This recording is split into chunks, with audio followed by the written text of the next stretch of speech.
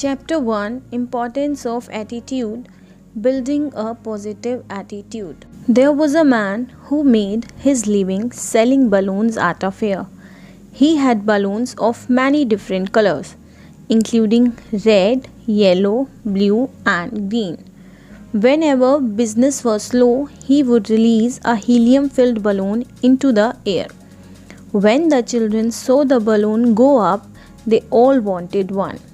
They would come up to him, buy a balloon, and his sales would go up. All day he continued to release a balloon whenever the sales slowed down. One day the balloon man felt someone tugging at his jacket. He turned around at a little boy, asked, "If you release a black balloon, would that also fly?" Moved by the boy's concern, the man replied gently, "Son, it is not the color of the balloon, it is what's inside that makes it go up." The same principle applies to our lives. It's what's inside that counts, and what's inside of us that makes us go up is our attitude. William James of Harvard University said, "The greatest discovery of my generation is that human beings can alter their lives by altering their attitudes of mind." Your attitude contributes to success. A study attributed to Harvard University found that when a person gets a job or a promotion, 85% of the time it is because of its attitude, and only 15% of the time because of intelligence and knowledge of specific facts and figure. It is surprising that almost 100% of education dollars go to teach facts and figure, which accounts for only 15% of success in life. You Can Win is all about that 85% of success. Attitude is the most important word in the English language. It applies to every sphere of life, including one's personal and professional life. Can an executive be a good executive without a good attitude? Can a student be a good student without a good attitude? Can parents, teachers, salesperson, employers, or employees be good in their roles without a good attitude? The foundation of success, regardless of your chosen field, is attitude. If attitude is such a critical factor in success, shouldn't you examine your attitude towards life and ask how your attitude will affect your goals? Acres of diamond. Hafiz was a farmer in Africa who was happy and content. He was happy because he was content. He was content because he was happy. One day, a wise man came to him and told him about the glory of diamonds and the power that goes along with them. The wise man said, "If you had a diamond the size of your thumb, you could buy your own city. If you had a diamond the size of your fist, you could probably own your own country." And then the wise man left. That night, Hafiz couldn't sleep. He was unhappy and he was discontented. He was unhappy because he was discontented, and discontented because he was unhappy. The next morning, Hafiz made agreement to sell his farm, took care of his family, and went off in search of diamonds. He looked all over Africa and couldn't find any. He looked all through Europe and couldn't find any. By the time he got to Spain, he was emotionally, physically, and financially depleted. He was so disheartened that he committed suicide by throwing himself into the Barcelona River. Back home, the person who had bought his farm was watering the camels at the stream that ran through the property. Across the stream, the rays of the morning sun hit a stone and made it sparkle like a rainbow. He thought the stone would look good in his living room. He picked up the stone and put it on his mantelpiece. That afternoon, the wise man came and saw the stone sparkling. He asked, "Is Hafiz back?" The new owner said, "No." "Why do you ask?" The wise man said, because that is a diamond. I recognize one when I see one. The man said, no, that's just a stone I picked up from the stream. Come, I'll show you. There are many more. They went and picked some samples and sent them for analysis. Sure enough, the stones were diamonds. They found that the farm was indeed covered with acres of diamonds. What is the moral of this story? There are 6 morals. First, when our attitude is right, we realize that we are all walking on acres and acres of diamonds. Opportunity is always under our feet. We don't have to go anywhere. All we need to do is recognize it. Second, the grass always looks greener on the other side. Third, while we are eyeing the grass on the other side, there are others who are eyeing the grass on our sides. They would be happy to trade place with us. 4. People who don't know how to recognize opportunity complain of noise when it knocks. 5th, opportunities are easier recognized when they are leaving rather than when they are coming. 6th, opportunities only knocks once. The next one may be better or worse, but never the same one. That is why it is so crucial to make the right decision at the right time. A right decision at the wrong time becomes a wrong decision. David and Goliath. We all know the biblical story of David and Goliath. Goliath was a giant of a man. He struck fear in everyone's heart. One day, a 17 years old shepherd boy came to visit his brothers and asked, "Why don't you stand up and fight the giant?"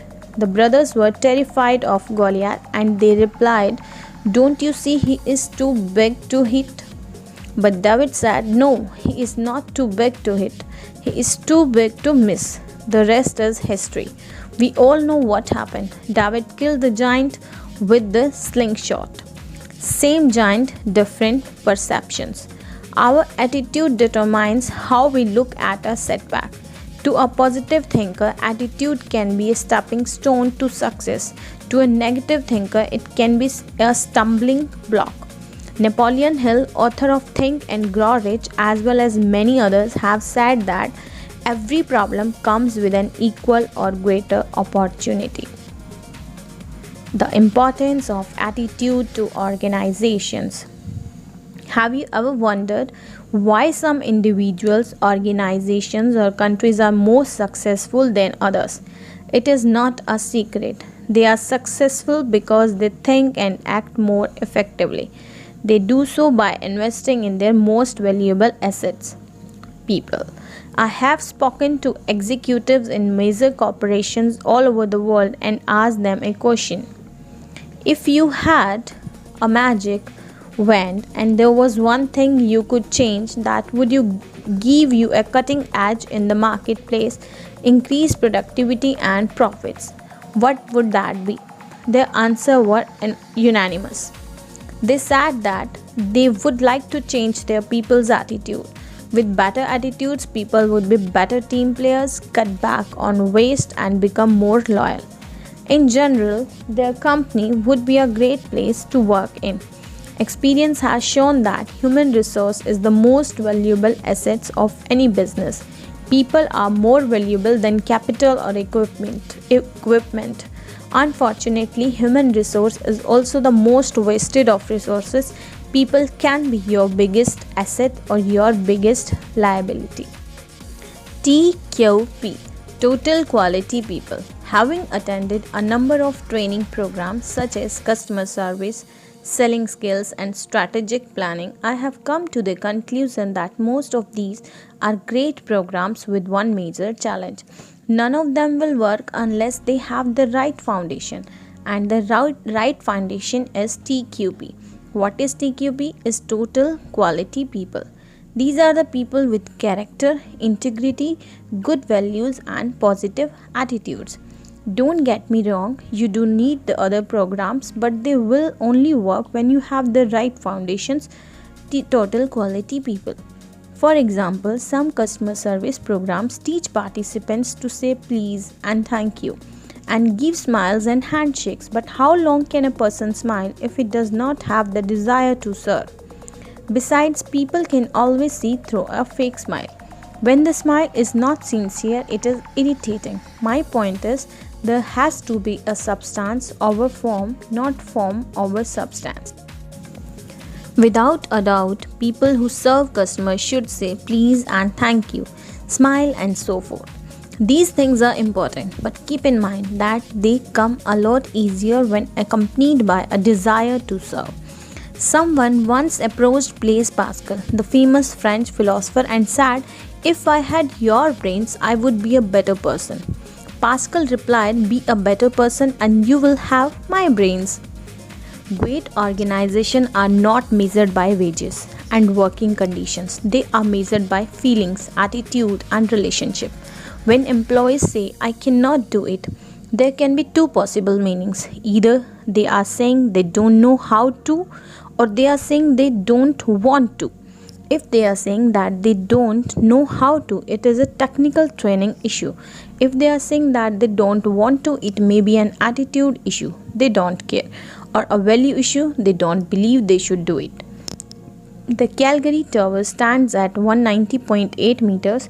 The total weight of the tower is 10,884 tons, of which 6,349 tons are below ground, approximately 60%. This shows that some of the greatest buildings have the strongest foundations.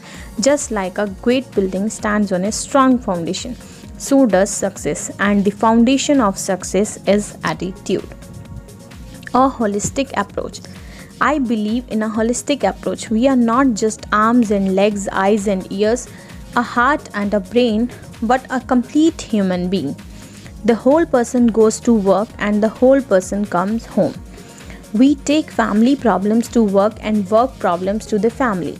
What happens when we take family problems to work? Our stress level goes up and our productivity comes down. Similarly, work problems too have an impact not only on our family but on every aspect of our lives. Personal, professional, and social problems impact each other. Factors that determine your attitude. Let me ask you, are we born with attitudes or do we develop them as we mature? What are the factors that form our attitudes? If you have a negative outlook on life because of your environment, can you change your attitude? Most of our attitudes were shaped during our formative years. While we were born with tendency towards temperaments, there are three factors that largely determine our attitude formation. These are the triple E's of attitude: environment, experience, and education. Let's evaluate each of these factors individually. First, environment. Environment consists of the following: home, that should be positive or negative influences; school, there will be peer pressures; work, supportive or overcritical supervisor; media, television, newspaper, magazine, radio, movies; cultural background, religious background, traditions and beliefs; social environment, political environment. All these environments create a culture. Every place, be it a home, organization, or a country, has a culture. For example, you have probably been to a store where you found managers to sales clerks alike to be polite, helpful, friendly, and cheerful. Yet at another shop, you find the staff rude and discourteous. You go to a home and find the parents and children well behaved, courteous, and considerate. You go to another home where everyone is fighting like cats and dogs. In countries where the government and political environment is honest, generally you will find that the people are honest, law-abiding, and helpful. And the reverse is true too. In a corrupt environment, an honest person has a hard time, whereas in an honest environment, a corrupt person has a tough time. In a positive environment, a marginal performance output goes up. In a negative environment, a good performance output goes down. Culture in any place always goes from the top down, never from the bottom up. We need to step back and look at what kind of environment we have created for ourselves and those around us. It is tough to expect positive behavior in a negative environment. In societies where lawlessness becomes the law, honest citizens become cheats, crooks, and dacoits. Take some time to evaluate how the environment that you are in affects you and the one you create affects others. Second, experience. Our behavior changes according to our experiences with various people. If we have a positive experience with a person, our attitude towards him is likely to be positive, and conversely, negative experience tend to make us cautious. Experiences and events become reference points in our lives. We draw conclusions which serve as guidelines for the future. Third and last term is education. Education refers to both formal and informal education. We are drowning in information but starving for knowledge and wisdom. Strategically applied knowledge translates into wisdom, which in turn translates into success. The role of the educator is vital. A teacher affects eternity, the ripple effect is immeasurable. Education ought to teach us not only how to make a living but also how to live. How do you recognize people with a positive attitude? Just as the absence of ill health does not equal good health, in the same way, the absence of negativity does not make a person positive. People with positive attitudes have certain personality traits that are easy to recognize. They are caring, confident, patient, and humble. They have high expectations of themselves and others. They anticipate positive outcomes. A person with a positive attitude is like a fruit of all seasons. He is always welcome. The benefits of a positive attitude. There are many advantages to having a positive attitude. The advantages are easy to see, but what is easy to see is always easy to miss. A positive attitude that benefits for you, makes for a pleasing personality, is energizing, increases your enjoyment of life, inspires others around you, helps you become a contributing member of society and an asset to your country. And for the organization, increases productivity, fosters teamwork, solves problems, improves quality, makes for a congenial atmosphere, breeds loyalty, increases profits, fosters better relationship with employers, employees and customers, reduces stress. The consequences of a negative attitude. Life is an obstacle course and we become our biggest obstacle by having a negative attitude. People with negative attitudes have a hard time keeping friendship, jobs, marriages and relationships. Negative attitudes lead to bitterness, resentment, a purposeless life, ill health, high stress level for themselves and others. Negative attitudes create an unpleasant environment at home, at work, and become a liability to society. They pass on their negative behavior to others around them and to the future generations. When we become aware of our negative attitude, why don't we change? Human nature generally resists change. Change is uncomfortable. Regardless of its positive or negative effect, change can often be stressful. Sometimes we get so comfortable with our negativity that even when the change is for the better, we don't want to accept it. We stay with the negative. Charles Dickens wrote about a prisoner who was locked up for many years in dungeon. After serving his sentence, he got his freedom. He was brought out from his cell into the bright daylight of the open world. This man looked all around and after a few moments was so uncomfortable with his newly acquired freedom that he asked to be taken back to the confines of his hell. To him, the dungeon, the chains, and the darkness were more familiar, secure, and comfortable than accepting the change of freedom and an open world. Many modern day prisoners do the same thing.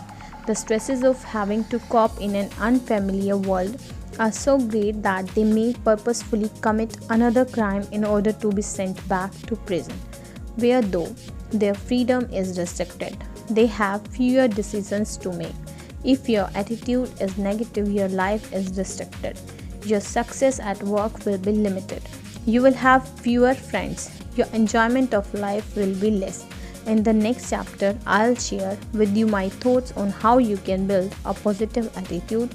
Believe me, working to build a positive attitude will be worth enduring the temporary stress and uncertainty of change.